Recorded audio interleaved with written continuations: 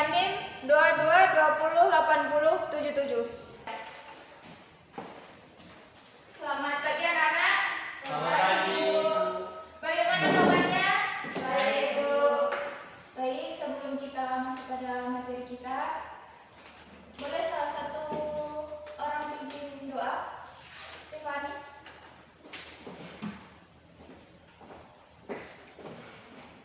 Baiklah teman-teman, mari kita berdoa menurut kepercayaan kita masing-masing. Berdoa dimulai.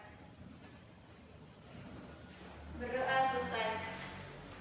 Baik, Stefani, terima kasih. Silakan dulu. Baik, di sini kita akan. Baik, sekarang Ibu akan absen. Yang pertama, Priscilia, hadir Bu. Elizabeth, Bu.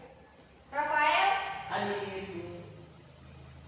Stefani, hadir Bu. Belandina, hadir Bu.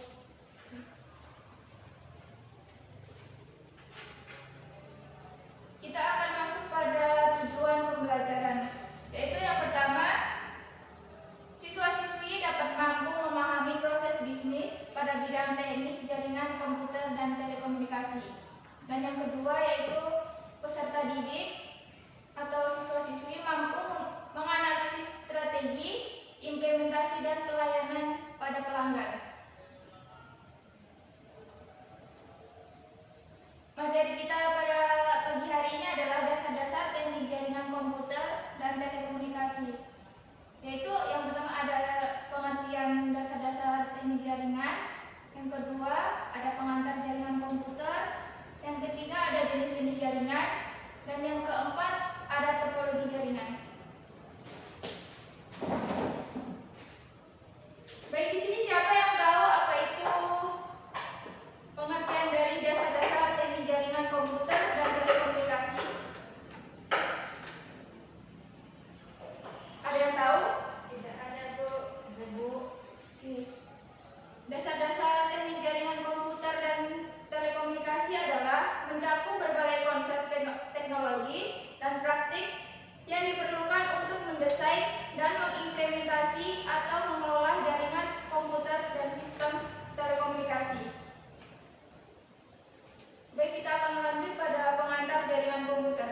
Di situ ada dua, yaitu yang pertama definisi jaringan komputer, sistem yang terdiri dari dua atau lebih komputer yang terhubung satu sama lain untuk berbagi sumber daya dan informasi. Yang kedua, tujuan jaringan, meningkatkan efisiensi komunikasi berbagai data dan sumber daya seperti printer dan penyimpanan. Lanjut pada jenis-jenis jaringan. Sebelum Ibu lanjut, ada yang tahu apa saja jenis-jenis jaringan? Saya, Bu. Baik, di sini ya, silakan. Untuk jenis-jenis jaringan, Bu, ada LAN, yaitu local area network, area kecil seperti gedung begitu, Bu. Kedua ada WAN, wide area network, yaitu area luas seperti negara atau benua, Bu. Dan yang ketiga itu ada MAN atau metropolitan area network, yaitu kota atau area metropolitan. Yang keempat juga, Bu, ada PAN, yaitu personal area network atau jaringan area pribadi yang kecil, Bu. Baik, tadi yang dibacakan oleh Priscilia itu adalah lebih singkatnya. Dan di sini adalah LAN, local area network, yaitu jaringan yang terbatas pada area geografis kecil seperti satu gedung atau kampus. Dan untuk WAN, yaitu jaringan yang mencakup area geografis yang luas atau bisa mencakup negara atau benua.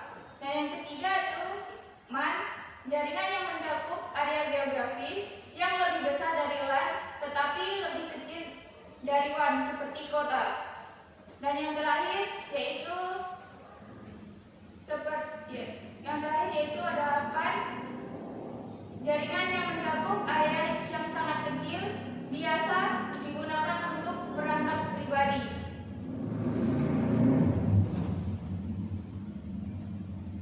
Baik, sebelum Ibu lanjut pada materi yang keempat yaitu topologi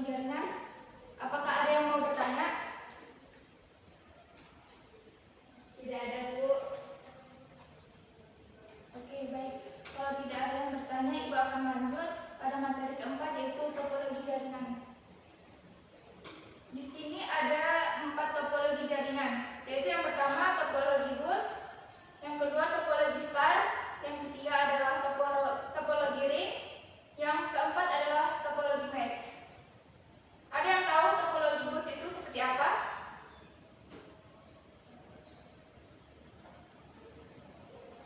Tidak ada? Tidak ada, Bu. Oke. Baik, topologi bus itu adalah semua perangkat terhubung ke satu kabel utama. Oke, kalian bisa lihat.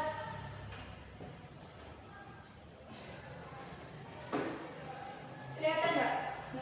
Kelihatan, Bu. Ada, Bu. Ini adalah contoh topologi bus. Yang kedua adalah topologi star. Topologi star adalah semua perangkat terhubung pada satu perangkat pusat seperti switch atau hook.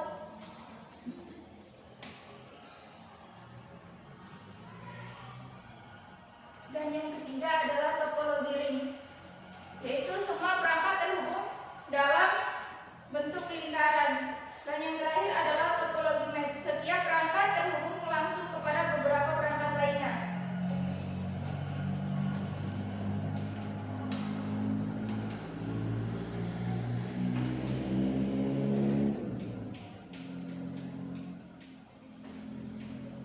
Dan ini adalah contoh topologi ring. Boleh kelihatan yang di belakang? Kelihatan. Kelihatan, Ibu.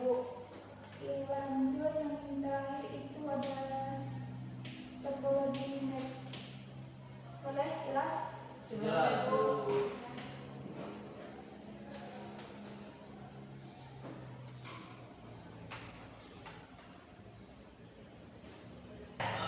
Baik, dari materi yang Ibu sampaikan tadi, apakah ada yang ingin bertanya atau kurang jelas yang Ibu tuliskan tadi? Ya, silakan bersedia. Bu, tadi kan sudah dijelaskan mengenai jenis-jenis jaringan LAN. Untuk contoh jaringan LAN itu seperti apa, Bu? Oke. Baik, silakan. Ini silakan dilihat. Ini adalah contoh jaringan LAN. Jadi tengah-tengah ini adalah switch, dan di sekelilingnya itu adalah komputer. Ya, baik, Bu. Jelas? Jelas, Bu. Baik, ada yang mau bertanya lagi? Sudah tidak ada, Bu.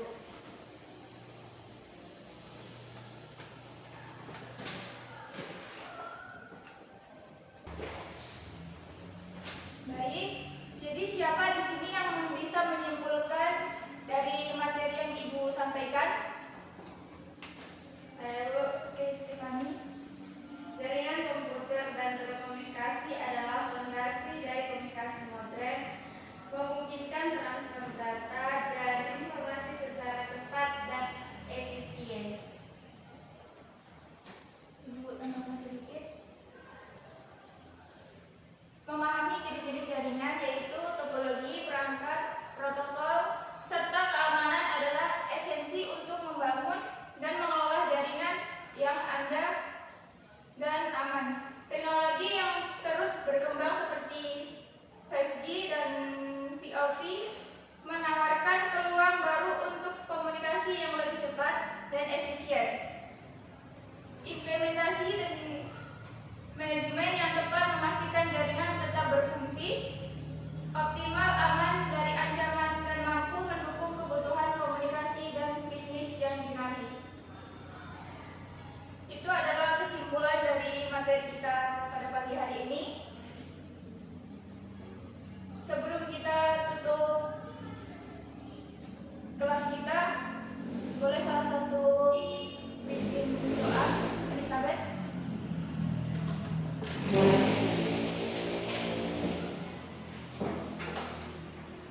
Mari kita bersatu. Kita menutup pada pertemuan kita pagi hari ini. Boleh salah satu pimpin doa, Elizabeth?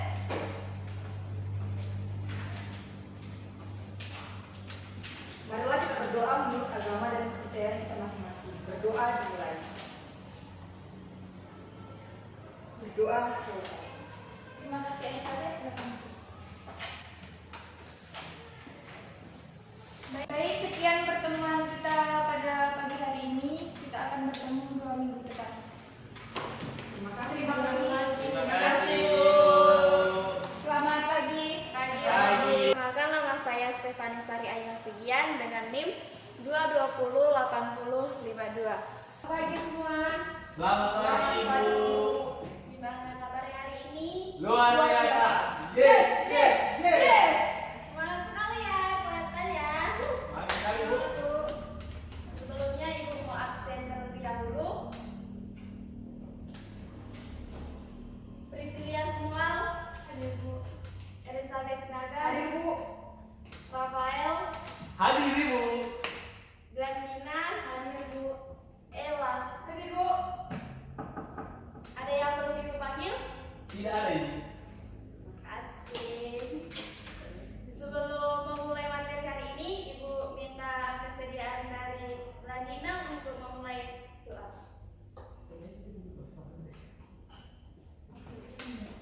Sebelum kita mulai kegiatan pembelajaran kita pada hari ini, alangkah baiknya kita berdoa. Mari kita segera berdoa. Terima kasih ya Tuhan atas penyertaan-Mu sehingga kami boleh ada di tempat ini. Tuhan, sementara ini kami akan mulai kegiatan pembelajaran kami. Kiranya Engkau menuntun sehingga boleh selesai dengan baik. Tuhan, hanya ini doa dan permohonan kami dalam nama Yesus kami berdoa. Amin. Terima kasih Glandina, selamat dulu.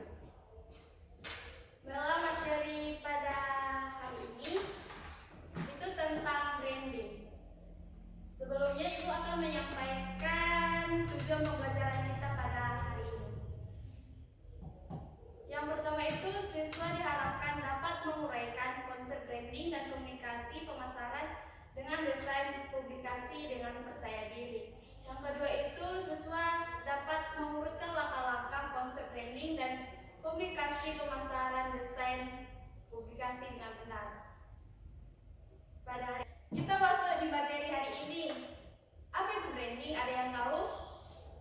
Saya Bu. Ya apa? Branding adalah istilah yang akan sering kita temukan dalam dunia marketing, Bu. Ya betul. Branding itu juga aktivitas yang akan dilakukan mempertahankan serta memperkuat merek atau brand sehingga mampu memberikan perspektif ke orang lain. Aktivitas branding ini juga tidak hal yang mudah. Ada juga fungsi brand. Fungsi brand itu membangun image perusahaan. Branding juga mempunyai tujuan. Yang pertama itu membangun citra perusahaan. Yang kedua itu menunjukkan ciri khas. Tujuannya untuk menunjukkan seperti ciri khas apa yang kita punyai dalam perusahaan maupun produk yang kita bikin. Yang ketiga itu ada promosi daya tarik. Aktivitas branding ini kerap dijalankan secara maksimal serta semenarik mungkin. Yang keempat, alat pengendali pasar. Ketika brand kita yang udah dikenal orang, maka brand kita akan semakin terkenal. Nah, ada juga unsur-unsur branding. Unsur-unsur branding itu yang pertama ada nama merek, yang kedua ada logo IP, monogram, dan bendera. Yang ketiga ada tampilan visual. Tampilan visual ini diaplikasikan pada desain produk, desain pemasaran,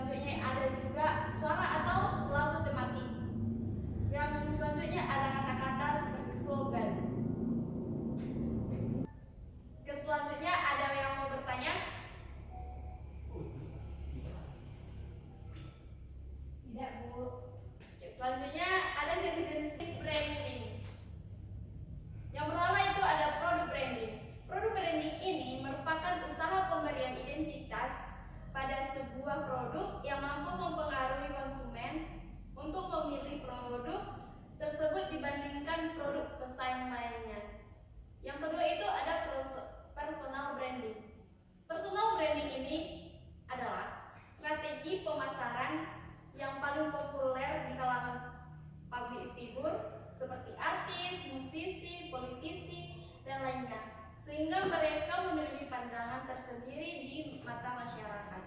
Yang ketiga ada corporate branding. Semua aspek perusahaan, mulai dari produk atau jasa yang ditawarkan sampai kontribusi karyawan di mata masyarakat. Yang keempat, destinasi branding. Destinasi branding ini mempunyai tujuan mengenalkan produk atau jasa ketika suatu nama lokasi disebut seseorang. Jadi saat seseorang menyebut nama kota, misalnya Yogyakarta, Medan, Sulawesi, Manado, Makassar, begitu, orang dapat langsung mengingat apa aja yang ada di lokasi tersebut, di kota-kota tersebut. Yang kelima ada kultur branding. Kultur branding ini usaha memberikan identitas atau merek yang disesuaikan dengan keadaan reputasi, budaya, kebiasaan suatu bangsa, lokasi, atau orang-orang di daerah tersebut.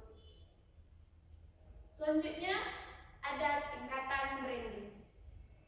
Yang pertama itu tidak menyadari merek. Yang kedua itu pengenalan merek. Yang ketiga itu pengingatan kembali merek. Yang terakhir itu puncak pemikiran. Sampai di sini ada yang mau bertanya?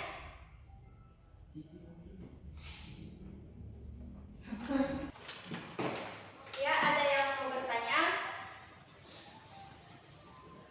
Priscilla sama Ella, siapa yang duluan? Boleh Priscilla dulu. Bu, saya ingin bertanya mengenai produk branding itu contohnya seperti apa, Bu? Kalau contoh produk branding itu, kalau misalnya di minuman kayak teh kotak, teh pucuk, Coca-Cola, dan Sprite. Kalau misalnya di elektronik kayak di handphone ada mereknya Xiaomi, iPhone, Realme, Samsung. Sudah jelas? Jelas, Bu. Terima kasih. Ella? Saya yang mau bertanya itu tentang contoh personal branding, Bu.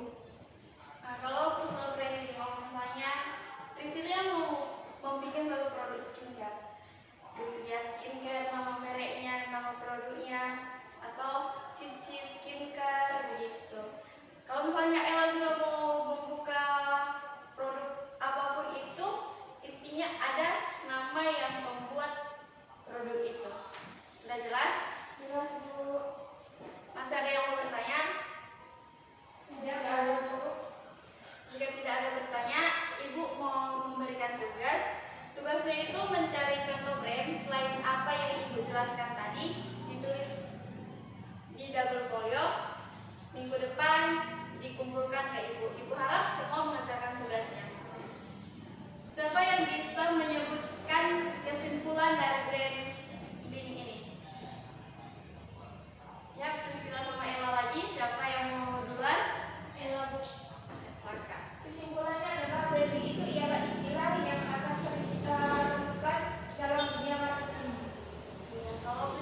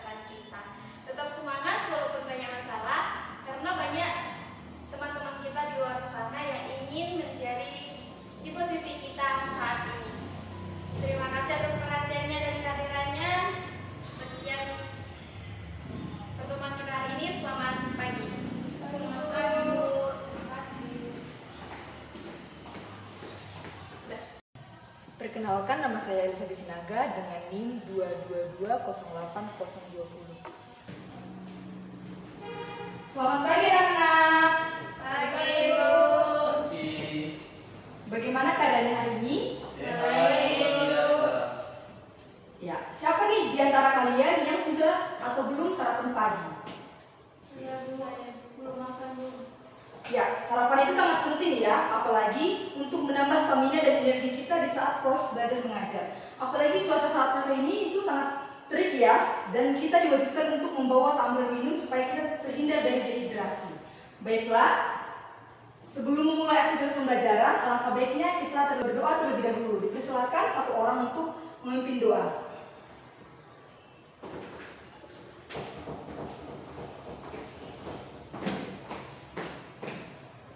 Baiklah teman-teman, sebelum kita mulai pembelajaran kita pada pagi hari ini, alangkah baiknya kita berdoa. Berdoa menurut kepercayaan kita masing-masing. Berdoa dimulai.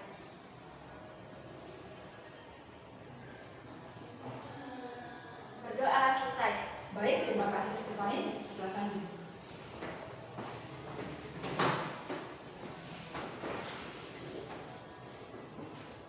Baiklah, Ibu akan mengabsen.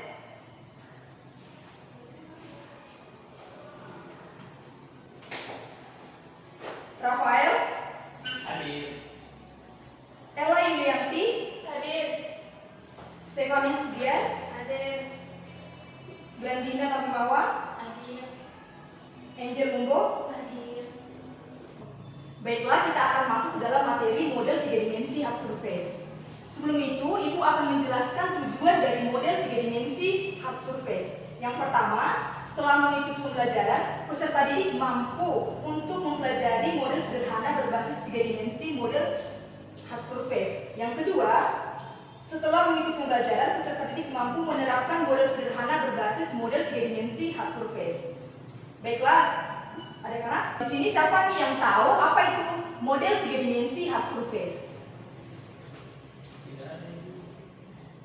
Oke, baik. Ibu akan menjelaskan apa itu model 3 dimensi hard surface.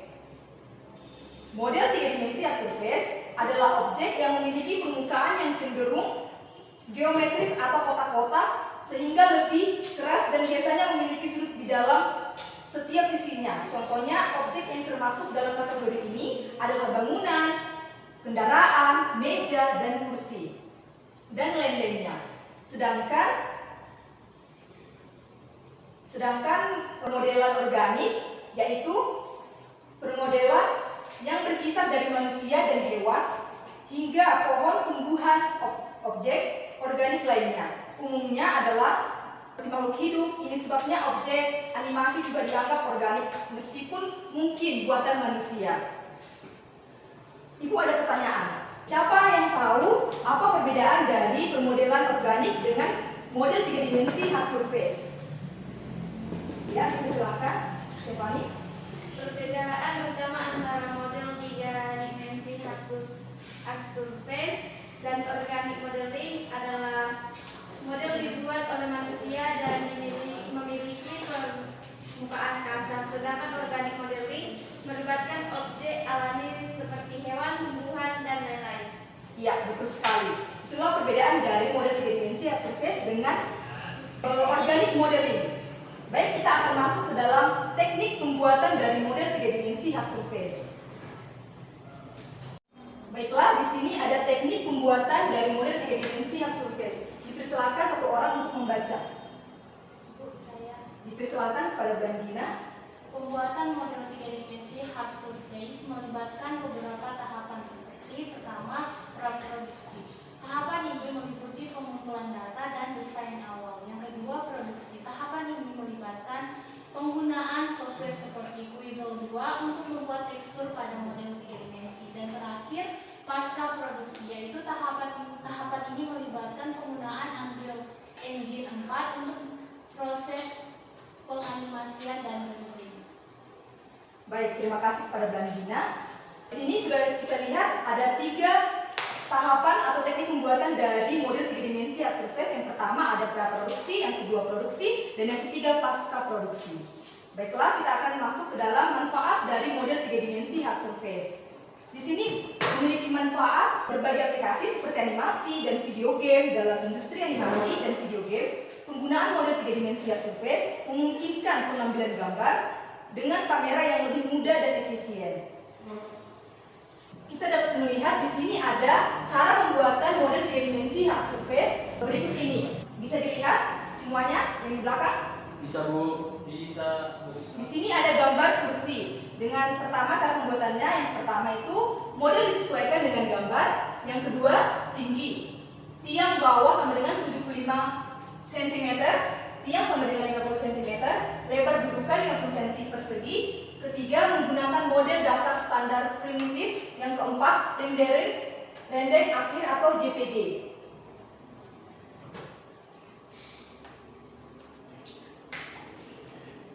Berikut cara memulai membuat kursi 3 dimensi dengan program 3 dimensi Max 2010. Kita dapat melihat di sini, pertama, kita akan membuka program Autodesk 3ds Max 2010 atau versi lainnya. Yang kedua, kita akan membuat sebuah box dengan parameter height 4, length 25, width 25, menaikkan 2 segmen pertama menjadi 3. Kita dapat melihat gambarnya. Lalu yang tahap ketiga itu kita akan buka tab Modify dan klik kanan nama box, pilih Editable Mesh. Yang keempat, setelah itu kita akan mengaktifkan tampilan Top View dan klik tombol Resize dan tombol Vertex, dan tahap kelima, lakukan seleksi berikut. Kita dapat melihat di sini gambar pada tahap berikutnya.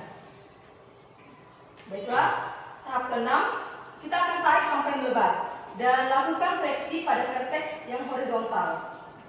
Begini contoh gambarnya, sehingga dia akan menjadi seperti ini. Setelah itu, pada top view, putar tampilan ke bottom view. Di sini kita akan membuat kaki kursi dan klik polygon pada editable mesh, lalu seleksi 4 sudut yang sudah kita buat dan pilih extrude drag hingga terbentuk kaki kursi. Setelah jadi, putar tampilan kembali ke top view. Di sini kita akan membuat sandaran kursi. Setelah itu, klik polygon pada editable mesh, lalu seleksi sudut 2 belakang kursi, lalu extrude sebanyak 3 kali sebanyak 5 poin dan 1 kali sebanyak 10 poin. Setelah itu, kembali ke area perspektif, seleksi 2 polygon di tangkai kursi seperti di gambar ini. Lalu kita akan membuat extrude secara manual sampai membentuk kursi. Nah, sekarang kursinya sudah jadi. Sekarang silakan tambahkan material dengan materi editor dan beberapa light untuk membuat kursi lebih nyata. Berikut hasil render versi ini dia tampilannya. Sudah bisa dilihat? Ya.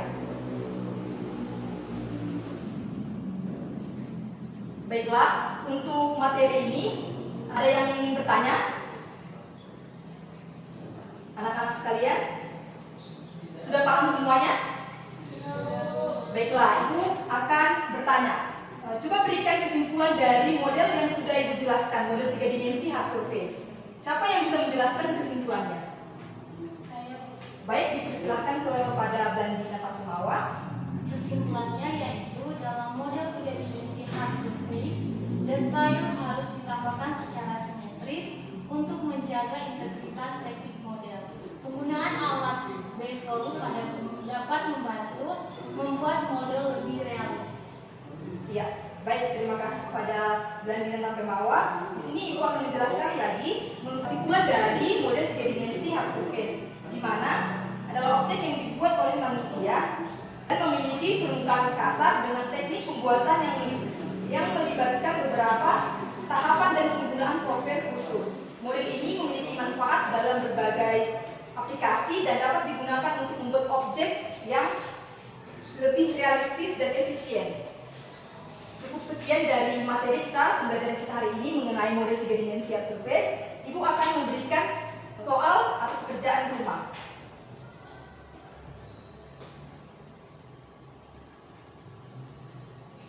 Ini adalah latihan soal yang Ibu berikan. Sudah dapat dilihat?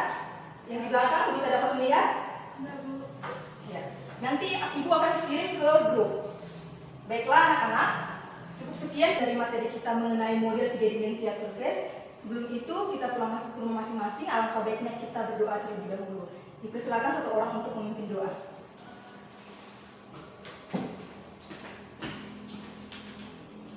Baik teman-teman, sebelum kita mengakhiri pelajaran kita pada pagi hari ini, mari kita berdoa. Berdoa mulai. Berdoa selesai. Baik, terima kasih kepada Ella Yulianti, dipersilakan duduk.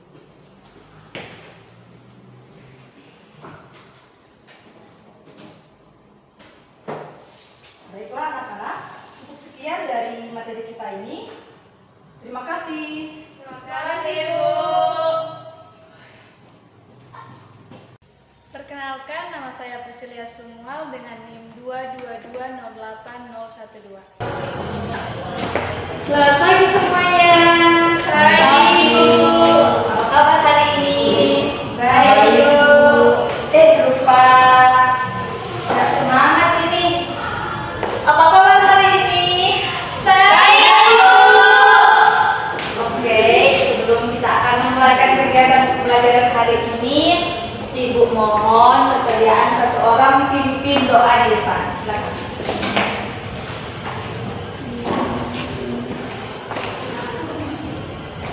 Sebelum kita berdoa, izinkan saya untuk berdoa menurut kedua kepercayaan saya yang Kristen Protestan. Mari kita segera berdoa. Berdoa mulai.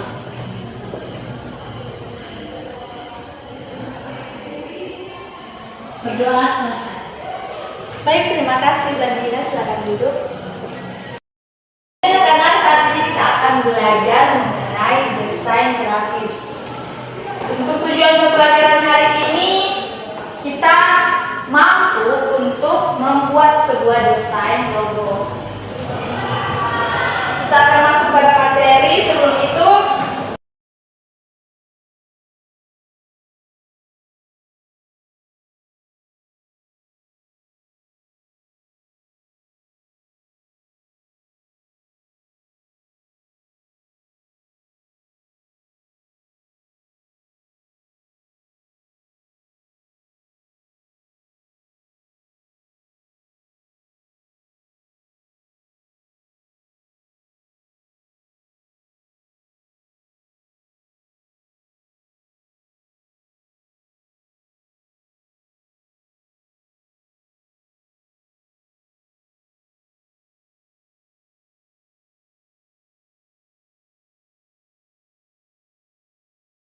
kita akan membahas di pembelajaran hari ini yaitu pengertian desain grafis dan jenis-jenis desain grafis dan kemudian jenis-jenis logo. Untuk materi hari ini, yang pertama desain logo. Desain logo merupakan sebuah brand atau merek sebuah perusahaan yang dimana digunakan sebagai pencitraan sebuah perusahaan atau komunitas organisasi tersebut. Desain logo juga mempunyai unsur yang mampu melambangkan perusahaan kita dengan perusahaan orang lain. Ada yang tahu apa itu logo? Tidak. Logo itu adalah suatu bentuk gambar atau sketsa dengan arti tertentu dan mewakili suatu arti perusahaan, daerah, perkumpulan, produk, negara, dan hal-hal lainnya yang dianggap membutuhkan hal yang singkat dan mudah diingat sebagai pengganti dari nama sebenarnya. Unsur-unsur yang ada dalam desain grafis. Ada yang tahu unsur-unsur desain grafis itu seperti apa? Tidak, Bu. Oke, jadi Ibu jelaskan ya. Unsur desain grafis di sini ada 6 bagian. Yang pertama ada garis yang dapat diartikan sebagai goresan pensil, pena atau mouse dalam komputer dan sebagainya. Bagian yang kedua yaitu bidang atau shape, yaitu merupakan segala bentuk apapun yang memiliki dimensi tinggi atau dimensi yang lebar. Bidang dapat berupa bentuk-bentuk geometris seperti lingkaran, segitiga, segi empat, elips, setengah lingkaran, dan sebagainya. Itu yang termasuk dalam bidang unsur-unsur desain grafis. Untuk bagian yang ketiga yaitu tekstur. Dalam desain grafis ini biasanya sering diaplikasikan pada latar desain atau sering disebut background design. Oke, untuk bagian yang keempat di sini ada ruang atau space. Dan jarak suatu bentuk dengan bentuk yang lain yang pada desain biasanya dapat dijadikan sebagai unsur pemberi efek. Yang kelima ada ukuran, yaitu unsur dalam desain grafis yang mendefinisikan besar kecilnya suatu objek. Itu termasuk unsur-unsur desain grafis dalam bagian ukuran atau size. Selanjutnya di sini ada warna. Warna di sini untuk unsur desain grafis adalah elemen dari unsur desain yang menjadikan penarik perhatian yang paling utama. Ada yang tahu atau bisa berikan contoh warna-warna yang kalian ketahui biasanya dipakai untuk sebuah desain?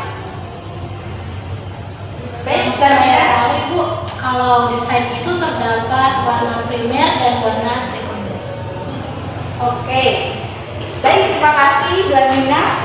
Jadi di antara warna-warna tersebut ada warna merah, ada warna putih, biru. Itu semua termasuk ke dalam warna-warna dalam desain. Karena dalam sebuah desain itu kita harus memperhatikan warnanya agar orang yang dapat melihatnya tertarik untuk melihat desain yang kita buat. Sampai di sini ada yang ingin bertanya? Tidak, Bu. Sudah paham kan mengenai pengertian dan unsur-unsur desain grafis? Ibu ulangi lagi ya. Jadi untuk unsur-unsur desain grafis itu ada 6. Yang pertama ada garis, yang kedua ada bidang, yang ketiga ada tekstur, yang keempat ada ruang, dan yang kelima itu ada ukuran, dan yang terakhir ada apa? Warna. Oke. Ibu akan lanjut mengenai jenis-jenis logo. Di sini Ibu mengambil ada 3 bagian, yaitu jenis logo monogram. Ada yang tahu jenis logo monogram? Tidak, Bu. Jenis logo monogram yaitu berbasis tipografi dan hanya terdiri dari huruf, biasanya inisial merek. Ada yang tahu contoh jenis logo ini? Dia biasanya hanya inisial merek berupa huruf. Ada yang tahu? Selainnya itu Bu, aplikasi Facebook Bu. Aplikasi Facebook. Tulisannya apa? F, Bu. Oke. Ada yang lain? WhatsApp. Yang dijelaskan Stefani tadi, kalau misalkan Facebook, ya itu termasuk sebuah logo monogram. Karena terdiri dari huruf. Dan yang Ella bilang tadi, kalau misalkan WhatsApp itu tidak termasuk jenis logo monogram karena itu tidak termasuk huruf. Seperti itu.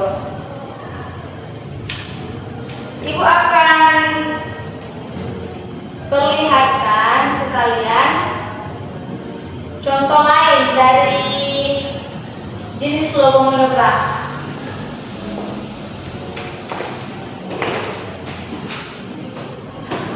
Apakah bisa lihat? Bisa, Bu. Bisa ya? Jadi ini yang termasuk jenis logo monogram, hanya berupa huruf. Bagian yang kedua jenis logo. Yang pertama tadi kan ada logo monogram, yang kedua ada jenis logo word mark. Word mark adalah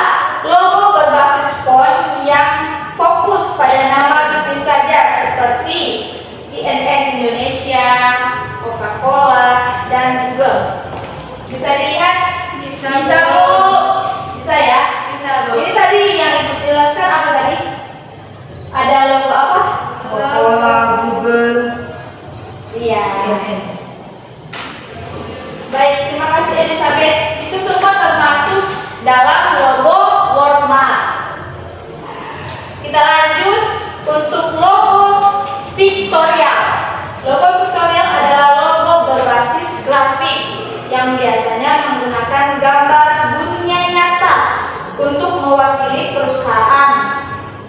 Contohnya seperti apa? Ada yang tahu sebuah logo perusahaan? Ada juga di aplikasi-aplikasi seperti di handphone.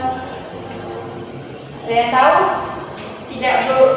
Nah, jadi untuk logo pictorial itu termasuk seperti logo Apple, Twitter, Traveloka, seperti itu. Contohnya di bawah mereka ya.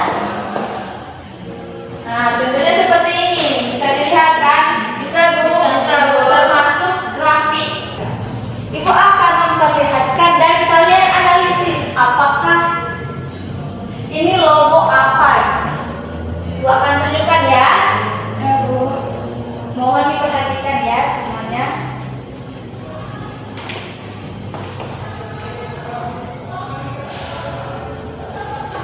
Sudah bisa dilihat ini logo apa?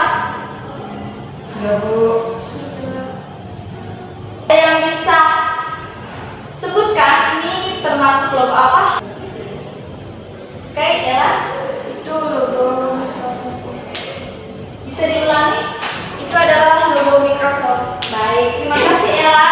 Aku akan kasih tugas. Bisa dicatat untuk tugasnya?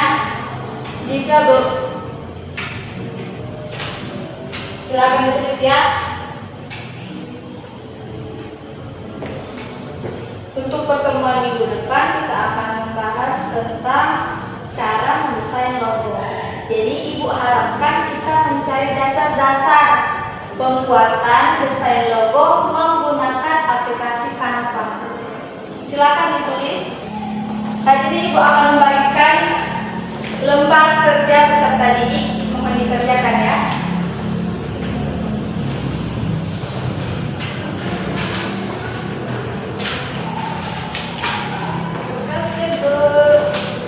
Jika ada yang belum paham mengenai lembar kerja yang dibacakan, silakan hubungi Ibu ya. Jadi kesimpulan penelitian untuk desain grafis yaitu logo sangat dipentingkan bagi sebuah perusahaan atau komunitas organisasi karena itu dapat melambangkan suatu perusahaan kita dengan orang lain seperti itu. Sebelum kita akan menutup, mohon kesediaan satu orang untuk maju di depan memimpin doa.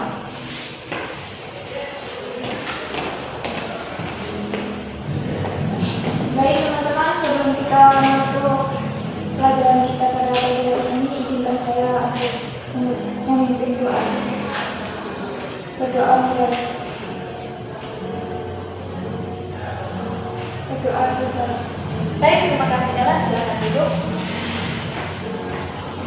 Bagikan tadi dan jangan lupa lembar kerja yang Ibu sudah bagikan itu dikumpul dan misalkan lembar kerja yang sudah Ibu bagikan dikumpulkan juga bersama-sama dengan tugas yang kalian telah buat. Ya, Bu. Bisa dipahami kan? Bisa, Bu. Oke, terima kasih semuanya untuk kehadirannya. Selamat pagi. Pagi, Bu. Perkenalkan, nama saya Blandina Amelia Tampumawa dengan NIM 222-08013.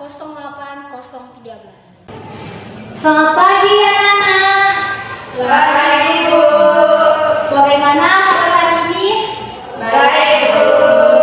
Baik, semoga kalian semua dalam keadaan baik semua ya. Iya, Bu.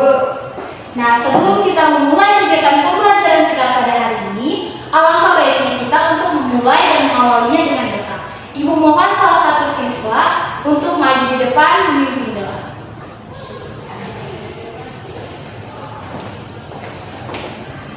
Teman-teman, sebelum kita memulai kegiatan pembelajaran hari ini, mari kita berdoa.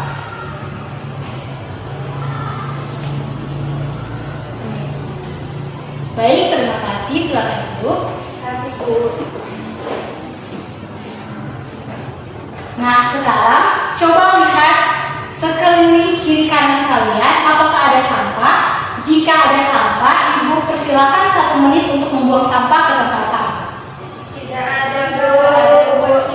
Tidak ada ya, berarti kelas kalian ini kelas yang bersih. Ibu apresiasi untuk kalian yang rajin. Tepuk tangan semua. Baik, saat ini Ibu akan memanggil absen. Elisabeth Sinaga, hadir Bu. Priscilia Sumual, hadir Bu. Ella Yulianti, hadir Bu. Stefani Hasudian, Hadir Bu. hadir semua ya. Ya Bu. Jadi anak-anak, pembelajaran kita pada hari ini yaitu materi fotografi. Fokusnya kita akan belajar mengenai teknik pengambilan gambar sudut pandang atau angle berdasarkan pada ukuran framing. Namun sebelum itu, Ibu akan menyampaikan tujuan pembelajaran kita pada hari ini adalah diharapkan kalian mampu memahami definisi, jenis-jenis, dan fungsi kegunaan dari sudut pandang angle. Dan juga di akhir pembelajaran, Ibu harapkan kalian mampu untuk menerapkan teknik pengambilan gambar berdasarkan sudut pandang angle. Nah, di sini adakah yang pernah memotret? Misalnya kalian pernah memotret landscape, pernah? Nah, itu merupakan salah satu dari penerapan teknik fotografi. Untuk menghasilkan foto atau gambar yang menarik, kalian memerlukan teknik-teknik unsur fotografi. Nah, pada saat ini kita akan belajar teknik pengambilan sudut pandang angle. Adakah di sini yang tahu apa itu angle? Tidak Bu. Akan dijelaskan. Jadi, angle adalah sudut pandang pengambilan suatu objek yang menekankan pada posisi kamera pada situasi saat membidik objek. Di sini adakah yang tahu apa itu framing fotografi? Tidak Bu. Baik, akan Ibu jelaskan. Jadi framing adalah batasan ukuran wilayah gambar atau teknik pergerakan kamera dan sebagainya. Teknik pengambilan sudut pandang angle terdapat jenis-jenis. Adakah yang tahu jenis-jenis dari sudut pengambilan gambar angle? Tidak Bu. Nah, jenis-jenis sudut pengambilan gambar angle terdiri dari 5 jenis. Salah satunya adalah A level. Yang kedua ada yang tahu? Tidak tahu. Nah, yang kedua adalah low angle, ketiga high angle, keempat bird eye view angle, dan terakhir adalah frog angle. Ibu sudah menyiapkan contoh gambar. Di depan ini merupakan teknik sudut pengambilan gambar A level. Jadi A level itu sendiri adalah kamera diposisikan sejajar dengan ketinggian objek. Nah, selanjutnya jenis sudut pengambilan gambar angle low angle. Sudut pengambilan gambar low angle ini merupakan sudut pengambilan gambar angle yang dimana kamera diposisikan lebih rendah dari objek sehingga objek terlihat lebih tinggi atau lebih megah. Dapat kalian lihat contoh di depan ini.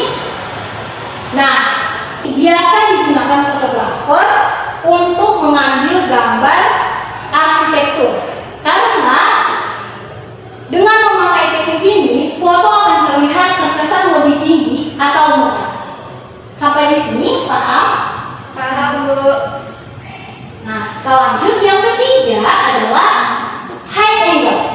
Ini adalah contoh dari sudut pengambilan gambar atau sudut pandang high angle.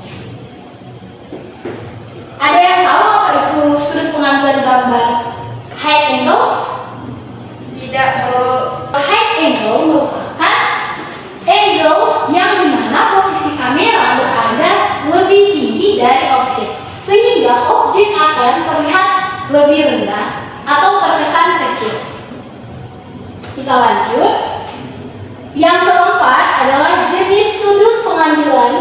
gambar atau sudut pandang angle bird eye view, di mana teknik ini akan mengambil foto terlihat lebih melebar atau luas, karena teknik ini menerapkan sudut pandang seperti mata seorang burung. Sampai di sini semuanya paham? Paham, Bu.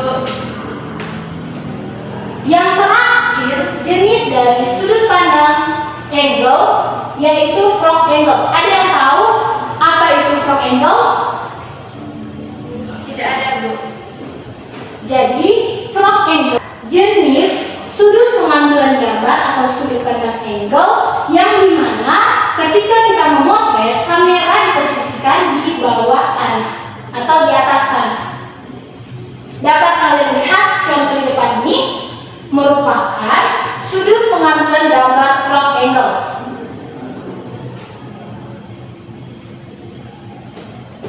Sampai di sini, apakah ada pertanyaan?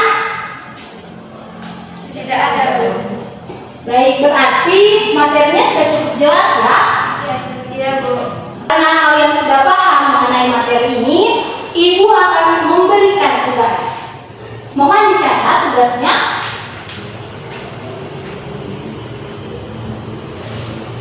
Nah, untuk tugasnya adalah kalian akan mempraktekkan bagaimana cara menerapkan jenis-jenis teknik pengambilan sudut pandang angle menggunakan handphone kalian. Nah, adakah yang ingin bertanya mengenai tugas ini? Saya, Bu. Ya, Deadline-nya kapan, Bu? untuk deadline-nya minggu depan. Iya, Bu. Adakah lagi yang ingin bertanya? Ya, Bu. Baik, berarti tugasnya sudah cukup jelas ya? Ya, Bu. Baik, untuk materi pada hari ini cukup sampai di sini. Adakah yang bisa memberikan kesimpulan dari pembelajaran kita pada hari ini? Ya, dipersilakan. Baik, kesimpulannya adalah teknik pengambilan gambar dengan berbagai angle atau sudut memiliki peran penting dalam fotografi dan sinematografi untuk menciptakan efek visual yang menarik dan menyampaikan pesan atau emosi tertentu. Baik, terima kasih Ella atas pendapat kesimpulannya. Tetapi akan Ibu tambahkan sedikit kesimpulannya, yaitu angle sangat berfungsi untuk pengambilan foto yang menarik atau membuat foto menjadi lebih estetik.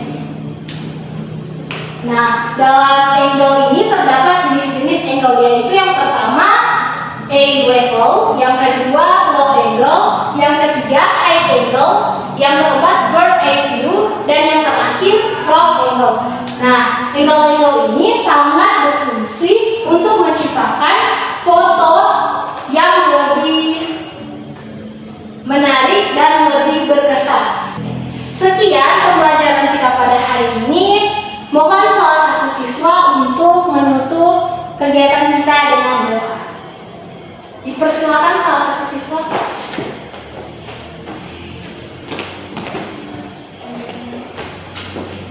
Baik teman-teman, sebelum kita menutup pelajaran pada pagi hari ini, marilah kita berdoa menurut agama dan kepercayaan kita masing-masing. Berdoa mulai.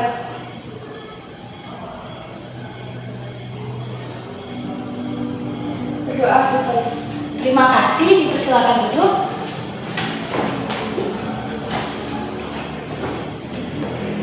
Sampai di sini kegiatan pembelajaran kita pada hari ini. Jika ada pertanyaan, silakan hubungi langsung Ibu. Dan jangan lupa untuk membuat tugas-tugasnya ya, karena sikap menunda-nunda tugas itu tidak baik untuk menuju kesuksesan kalian. Iya, Bu. Sekian pembelajaran kita pada hari ini. Diucapkan